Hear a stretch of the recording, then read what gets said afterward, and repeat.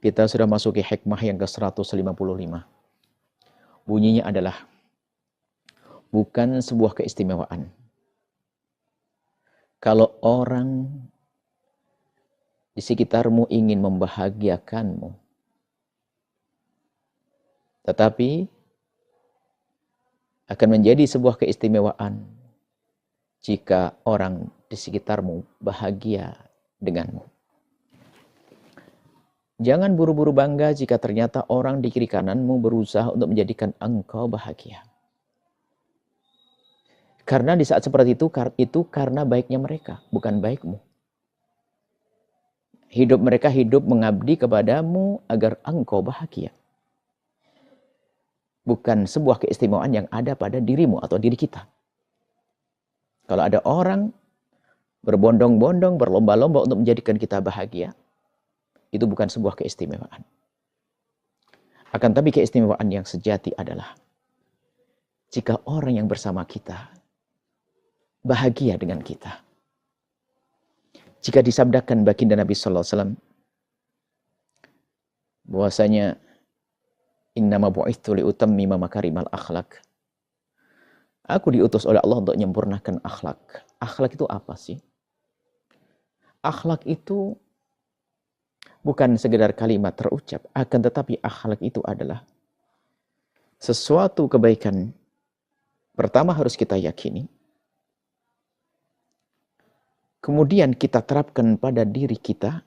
Ini belum tentu menjadi akhlak. Ntar dulu. Kemudian setelah itu dirasakan oleh orang lain sebagai sebuah kebaikan. Maka itu adalah akhlak. Jadi akhlak itu baru terwujud jika orang di kiri kanan kita merasakan kebaikan dari kita. Sehingga mereka senang, mereka nyaman dengan kita, mereka bahagia dengan kita. Maka itulah akhlak ada pada diri kita. Jika ternyata ini yang kita lakukan, kita omongkan ini, belum menjadikan orang di kiri kanan nyaman, di kiri kanan kita nyaman, berarti ini bukan sebuah akhlak. Mungkin kalimat bagus yang disampaikan tentang kemuliaan, tentang kedamaian, tentang keindahan, tentang kebahagiaan dan sebagainya. Akan tapi ada orang tidak bahagia dengan kalimat kita. Ada apa? Karena memang hanya sekedar kalimat terucap. Kalimat terucap. Belum terwujud dalam perilaku kita, tutur kata kita yang sesungguhnya. Sehingga menjadi dirasakan oleh orang lain sebagai sebuah keindahan dan kebahagiaan. Maka di sini yang perlu kita perjuangkan adalah bukan kita mencari, bukan kita mengundang orang untuk membahagiakan kita. Akan tapi berpikirlah bagaimana kita membahagiakan orang lain. Bagaimana kita berbagi. Bagaimana berpikir kita berbuat baik. Dan itulah pikiran orang-orang cerdas. Hari ini ada orang, Masya Allah, ini adalah tingkat paling rendah. Hidupnya adalah mengganggu orang lain. Jelas sangat rendah dia. Atau dia baik hanya untuk dirinya sendiri, bukan untuk orang lain. Lumayan dia tidak mengganggu. Tapi bukan sebuah keistimewaan. Akan tapi ternyata hidupnya adalah menjadikan orang senang. Dengan hartanya, dengan perilakunya, dengan tutur katanya, dengan kebijakannya karena dia seorang pemimpin. Maka dia adalah orang istimewa. Maka, mari kita selalu berpikir bagaimana orang di kiri kanan kita itu nyaman. Orang di kiri kanan kita merasa tenang dengan kita. Bagaimana kita menjadikan diri kita menjadi orang yang siapapun duduk dengan kita adalah menjadi nyaman. Jangan petaka bagi dia. Sebab petaka sesungguhnya, sebuah kecelakaan yang sesungguhnya adalah seperti ada syair yang disampaikan oleh Imam Syafi'i. Waqtaran nasu fin nisa'i wa qalu inna hubban nisa'i jahdul bala'i. Orang pada ngomong, orang pada berkata bahwa mencintai wanita adalah malapetaka. Dijawab, Imam Syafi'i menjelaskan bahasa walaysa hubbun nisa'i jahda walakin qurbu man la tuhibbu jahdul bala'i. Bukanlah mencintai seorang wanita adalah sebuah malapetaka. Akan tapi malapetaka sesungguhnya ini, poin ini yang penting, adalah kalau kita duduk dengan orang yang tidak kita senangi. Jadi duduk dengan orang yang tidak senangi adalah malapetaka. Artinya, Kalau kita duduk dengan seseorang, ternyata orang itu nggak nyaman dengan kita, subhanallah, kita telah menjadi petaka buat dia. Mana kelebihan? Sehingga kalau kita kembalikan kepada cerita tentang akhlak yang mulia, ini perlu kita untuk menjadi orang yang menjadi sebab kebahagiaan orang ada di kiri kanannya, ini perlu pembersihan hati, proses yang panjang. Dimulai dari menghilangkan kesombongan atau yang sering dengan ego. Ada orang yang penting aku senang loh ya. Nggak peduli orang lain. Nggak ada kepekaan dalam hidup dia. Pastikan di saat Anda mohon maaf. Ini kan sebuah kecerdasan akhlak. Anda masuk gang dengan mobil Anda. Subhanallah. Anda mungkin menikmati mobil Anda dengan AC-nya dan seterusnya. Lalu Anda jalan begitu saja. Tapi Anda tidak sadar mungkin telah menyakiti tetangga. Yang kebetulan di pinggir jalan lagi nyuapin anaknya. Dia terganggu dengan Anda. Baik, itu kan hanya enak di dalam diri Anda sendiri. Tapi Anda belum berpikir bagaimana orang yang ada di sekitarku. Jangan sampai mereka tersakiti oleh perbuatanku. Sehingga muncullah seorang pemilik mobil yang cerdas. Mulai masuk gang rumahnya sudah mulai mengerem pelan-pelan, membuka kacanya. Jika ada tetangga lalu disapa, lihat. Mulai tampak bahwasanya dia punya akhlak mulia. Dirasakan oleh tetangga sebagai sebuah kebaikan. Dan alangkah indahnya yang diajarkan oleh baginda Nabi SAW. Bagaimana? Agar kita tidak egois. Selama ini ada orang egois. Yang penting aku senang, yang penting aku sukses. Tidak pernah berpikir yang lainnya. Dan kalau kita cermati dalam larangan-larangan dalam Islam itu adalah pendidikan yang kami sebutkan ini. Seolah-olah memang tanpa egois ya misalnya. Kamu jangan mencuri loh ya. Ya, kamu jangan mencuri. Ini kan larangan. Larangan mencuri. Seolah-olah kan pembatasan bagi aku untuk tidak mengambil. Seolah-olah pembatasan aku untuk mengambil. Seolah-olah seperti itu memang. Akan lebih sesungguhnya adalah kenyamanan bagi kita. Kenapa? Kalau aku dilarang mengambil miliknya orang, aku satu tidak boleh mengambil miliknya orang yang banyak itu. Kita hanya satu. Tidak boleh mengambil miliknya orang yang banyak. Satu saya. Barang saya yang dijaga. Tapi ternyata larangan yang diberlakukan kepada saya ini, jika diberlakukan pada orang lain, apa yang terjadi? Aku satu tidak boleh mengganggu mereka. Dan ternyata semua orang pun juga tidak boleh mengganggu aku. Nah, tidak mengganggu ini loh. Yang menjadikan orang nyaman. Dan inilah cara hidup yang baik. Sehingga aku tidak mengganggu orang lain dengan aku tidak mencuri. Tidak memukul dan seterusnya. Dari sini saya akan bangun sebuah kebaikan. Dan setiap orang jika berpikir semacam ini, lihat. Tidak mengganggu. Yang terjadi apa? Dalam perkumpulan masyarakat akan semakin indah. Tidak ada orang zalim kepada sesama. Dan kezaliman kepada sesama itu karena dia tidak punya keistimewaan. Bicara tentang indahnya dalam bersahabat atau saling mencintai antara sesama muslim karena Allah. Keindahannya justru bukan di saat mendapatkannya. Tapi indah yang sejati akan dirasakan di saat dia bisa memberikan kebaikan.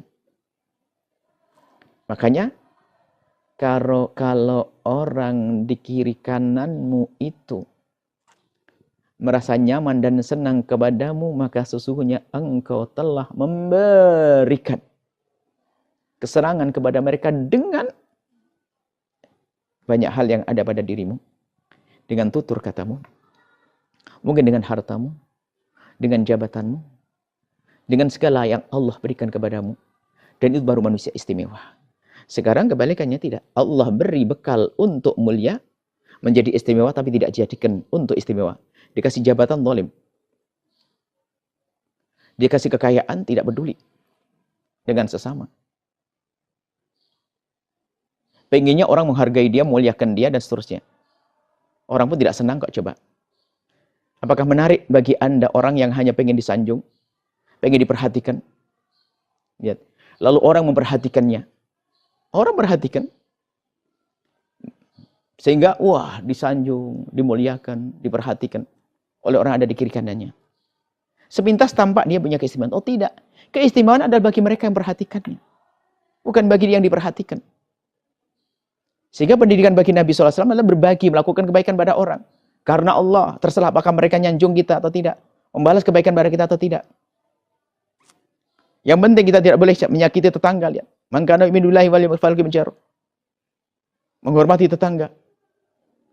Beriman kepada Allah dan tetangganya harus, barang siapa beriman kepada Allah dan Rasulnya, hendak dia memuliakan tamunya, menjadikan orang lain nyaman. Dan sungguh keindahan-keindahan yang diajarkan oleh Islam adalah kami simpulkan dalam hikmah yang sederhana ini. Bukan sebuah keistimewaan kalau orang di sekitarmu ingin membahagiakanmu. Subhanallah. Kadang dia terlena. Senang orang menyanjung dia, orang beri hadiah dan sebagainya. Tapi pernahkah dia menyenangkan orang? Anggap saja dia orang terpandang. Seorang ustadz yang disanjung-sanjung, Masya Allah. Setiap orang datang mungkin memberikan hadiah kepadanya. Akan tapi apakah dia pernah berpikir untuk menyenangkan mereka? Mungkin terlena dia karena merasa sudah disanjung-sanjung. Rendah padahal sesungguhnya dia. Akan tapi kami balik. Tetapi akan menjadi sebuah keistimewaan. Jika orang di sekitarmu bahagia denganmu. Orang nyaman. Makanya kalau ada orang tidak nyaman denganmu, ketahuilah bahasanya. Engkau punya kekurangan. Janganlah mengatakan, hatinya kotor dan sebagainya. Ini babnya nanti. Oh, dia memang pendendam, membenci. Apakah setiap pemendam? Oke, ada orang pendendam. Ada orang pembenci. Lalu mendendam kepada Anda, benci kepada Anda. Kemudian kok tiba-tiba suatu ketika Anda bisa merubah dia dengan perilaku Anda, sopan santun Anda. Yang semula membenci menjadi cinta, lihat, hebat Anda. Kan begitu? Sehingga lawan pun jadi kawan. Berarti kan istimewa Anda. Istimewa Anda. Jadikan orang di kiri kanan Anda bahagia dengan Anda. Tidak terganggu dengan Anda. Merasa nyaman dengan Anda. Subhanallah. Keberadaan Anda membuat senang. Subhanallah. Sehingga sampai dalam petunjuk dari Nabi SAW, idkhalus surur, menjadikan orang lain bergembira, bahagia, ini adalah satu ibadah. Tentu dengan cara yang halal maksudnya di sini.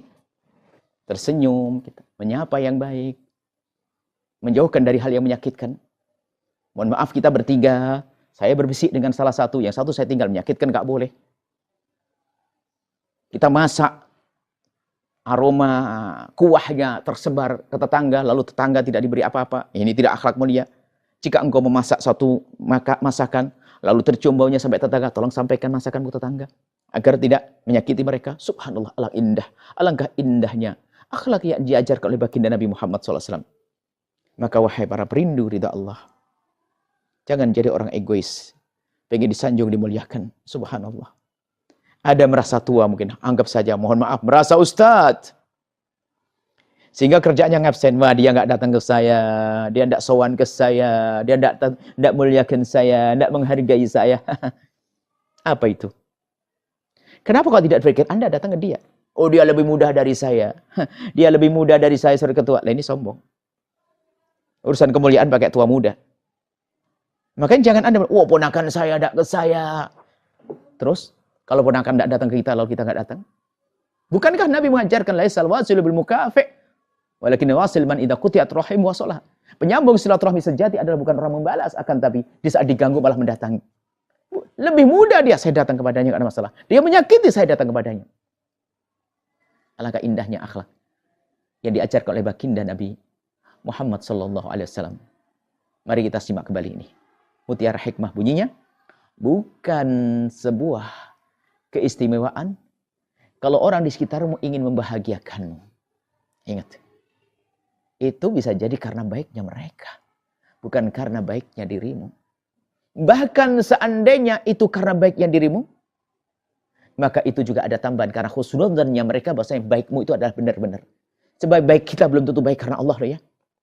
Baiknya kita itu karena Allah menutup aib kita, hai hamba Allah. Kalau seandainya aib kita dibongkar, orang akan lari. Anda kalau Allah bongkar aib kami di mata Anda tidak akan mau dengar ceramah kami. Baiknya kita itu karena Allah tutup kekurangan kita. Sehingga mereka husnudzon, lalu mereka baik dengan kita. Lihat, karena baiknya mereka laki-laki. Jangan sombong, wah orang menghormati saya, orang muliakan saya, ingin membahagiakan saya dan seterusnya. Jangan-jangan saya yang sombong. Orang lain membahagiakan kita, tapi kita tidak pernah berikan membahagiakan dia. Tapi sebaliknya, lihat. Jika orang di sekitar bahagia denganmu, itulah hakikat keistimewaan pada dirimu. Orang di sekitarmu nyaman denganmu, Masya Allah. Duduk denganmu rindu untuk mengulang duduk kembali. Mendengar omongan kita, ingin mendengar kembali dan seterusnya. Itu karena apa? Akhlak mulia. Inna aktsara ma yudkhilukumul jannata al-khuluqul hasan. Yang paling banyak memasukkan ke surga adalah akhlak yang mulia. Ternyata akhlak yang mulia itu adalah masukkan orang ke surga, surga dunia dan surga di akhirat. Di dunia nyaman dan di akhirat adalah nyaman. Masya Allah. Nuhibbukum fillah. Semoga Allah menjadikan kita hamba yang saling mencintai karena Allah. Mulia di dunia dan mulia di akhirat. Assalamualaikum warahmatullahi wabarakatuh.